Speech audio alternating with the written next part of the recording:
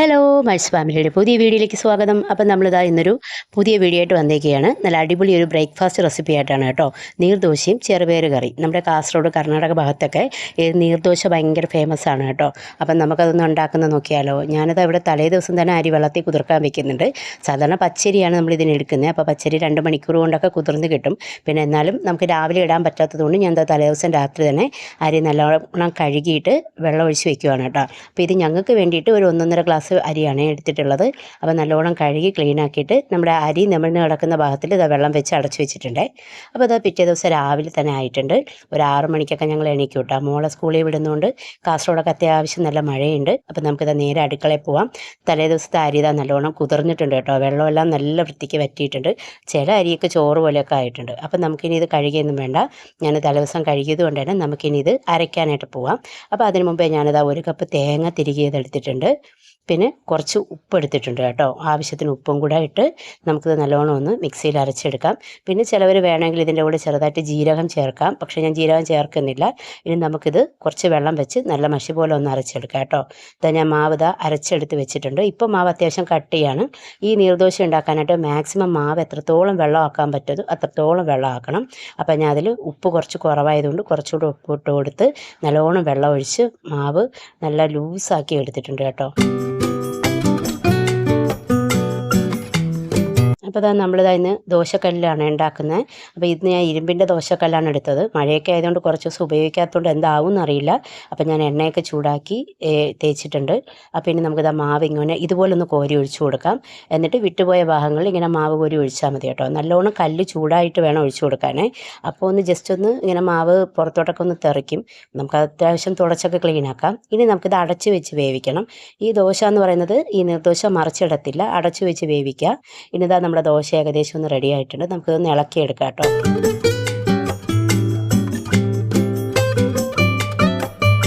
നമ്മുടെ കല്ലിൻ്റെ കുഴപ്പം കൊണ്ടാണ് കേട്ടോ. മാവ് ഒന്ന് ദോശ ഒന്ന് ഇളകി വരാൻ ഇച്ചിരി ബുദ്ധിമുട്ടുണ്ട്. എന്നാലും ഇത് റെഡി ആയിട്ടുണ്ട് കേട്ടോ. നല്ല സോഫ്റ്റുമാണ്. ഇത് ചൂടോടെ കഴിക്കാൻ ഭയങ്കര ടേസ്റ്റാണ് കേട്ടോ. ചുരുക്കി പറഞ്ഞാൽ ഇതിനൊരു കറിയുടെ ആവശ്യമൊന്നുമില്ല. അപ്പോൾ നമ്മളെ ദോശ ഒരെണ്ണം കിട്ടിയിട്ടുണ്ട്. എന്നാലും ഇടയ്ക്കൊക്കെ ഒന്ന് പൊട്ടിപ്പോയിട്ടുണ്ട് കേട്ടോ. അപ്പോൾ അതുകൊണ്ട് ഞാൻ കല്ലിൽ ഒന്നുകൂടെ നല്ലോണം ഒന്ന് നല്ലെണ്ണ ഇട്ട് തടവി കൊടുക്കുകയാണ്. എന്നിട്ട് ഞാൻ ഇതിപ്പോൾ കുറച്ച് മഴയുടെയൊക്കെ പ്രശ്നം കൊണ്ടാണ് നമ്മളൊന്ന് ഉപയോഗിക്കാതായിപ്പോയത്. അപ്പോൾ ഇതിലേക്കൊരു പകുതി സവാള ഒന്ന് മുറിച്ചിട്ടൊന്ന് തേച്ച് കൊടുക്കാം. അല്ലെങ്കിൽ പിന്നെ ഒരു മുട്ട പൊട്ടിച്ചൊഴിക്കാം. അപ്പോൾ ഞാൻ സവാളയൊക്കെ ഇട്ട് റെഡിയാക്കിയിട്ട് ഒന്നുകൂടെ ഒഴിച്ചു കൊടുക്കുകയാണ് കേട്ടോ.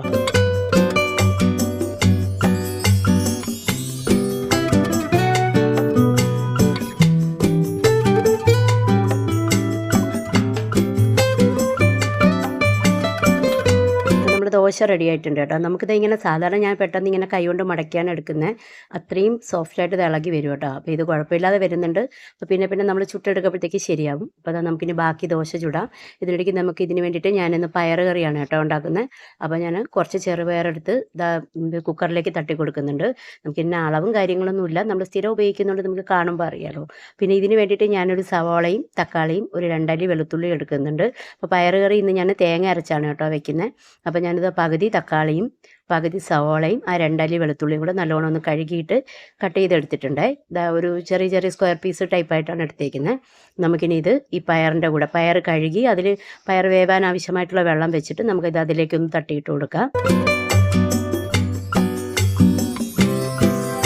ഇനി ആവശ്യത്തിന് ഉപ്പും കുറച്ച് മഞ്ഞൾപ്പൊടിയും കൂടെ വെച്ചിട്ട് നമുക്കിത് കുക്കറിലൊന്ന് വേവിക്കാനായിട്ട് വെക്കാം. ഓരോ 4-5 വിസിൽ കേൾക്കുന്നത് വരെ വേവിച്ചാൽ മതിയാവും കേട്ടോ.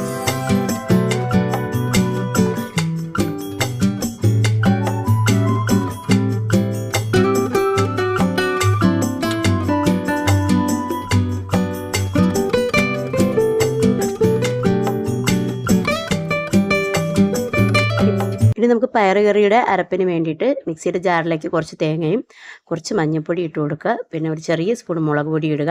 ഞാൻ മുളക് പൊടി കുഞ്ഞുങ്ങൾക്കൊക്കെ കൊടുക്കുന്നുണ്ട്, കുറച്ചാണ് കേട്ടോ ഉപയോഗിക്കാറ്. പിന്നെ ഒരു ചെറിയ സ്പൂൺ മല്ലിപ്പൊടിയും കുറച്ച് ഗരം മസാലയും കൂടി ഇട്ട് കൊടുക്കുക കേട്ടോ. ഇനി നമുക്കിത് ആവശ്യത്തിന് വെള്ളം കൂടെ ഒഴിച്ച് നല്ലോണം ഒന്ന് അരച്ചെടുക്കാം. നമ്മുടെ അരപ്പ് റെഡി ആയിട്ടുണ്ട് കേട്ടോ. ഇനി നമുക്ക് ഒരു ചെറിയൊരു പാൻ വെച്ച് ചൂടാക്കിയെടുക്കാം. ചൂടാക്കിയിട്ട് നമുക്ക് പയർ കറിക്ക് വേണ്ടിയിട്ടാണ് കേട്ടോ.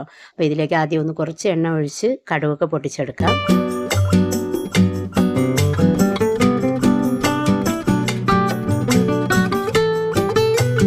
ഇനി നമുക്കിതിലേക്ക് നമ്മൾ വേവിച്ച് വെച്ചിരിക്കുന്ന പയർ തട്ടി കൊടുക്കാം കേട്ടോ. അപ്പോൾ എൻ്റെ കയ്യിൽ വെള്ളം നല്ലോണം വറ്റിപ്പോയത് കൊണ്ട് തന്നെ ഞാൻ കുറച്ച് ചൂടുവെള്ളം ഒന്ന് ഇതിലേക്ക് ഒഴിച്ചു കൊടുക്കുകയാണ്. കാരണം കുറച്ച് ഗ്രേവി വേണമല്ലോ. എന്നിട്ട് നമ്മുടെ ഈ തവി കൊണ്ട് പയറും ഈ തക്കാളിയും സവാളയും എല്ലാം നല്ലോണം ഒന്ന് ഉടച്ച് ചേർക്കുന്നുണ്ട്. അപ്പോൾ കറിക്ക് അത്യാവശ്യം കൊഴുപ്പും നല്ലോണം കിട്ടും. ഞാൻ ചെറുതായിട്ട് ആ ഒഴിച്ച വെള്ളം ഒന്ന് തിളപ്പിക്കാൻ വേണ്ടി വെച്ചിട്ടുണ്ടായിരുന്നു. അപ്പോൾ ആ പയറും എല്ലാം കൂടെ നല്ലോണം ഒന്ന് മിക്സ് ആയിട്ടുണ്ട്. ഇനി നമുക്കിതിലേക്ക് നമ്മൾ അരച്ച് വെച്ചേക്കുന്ന അരപ്പ് ചേർത്ത് നല്ലോണം ഒന്ന് ഇളക്കി കൊടുക്കാം. പിന്നെ ഉപ്പോ എന്തെങ്കിലും നമുക്ക് ആവശ്യമായിട്ട് ചേർക്കണമെന്നുണ്ടെങ്കിൽ ഈ സമയം ചേർത്ത് കൊടുത്താൽ മതിയാവും കേട്ടോ. ഇനി നമുക്ക് നല്ലോണം ഒന്ന് കറി തിളപ്പിച്ചെടുക്കാം.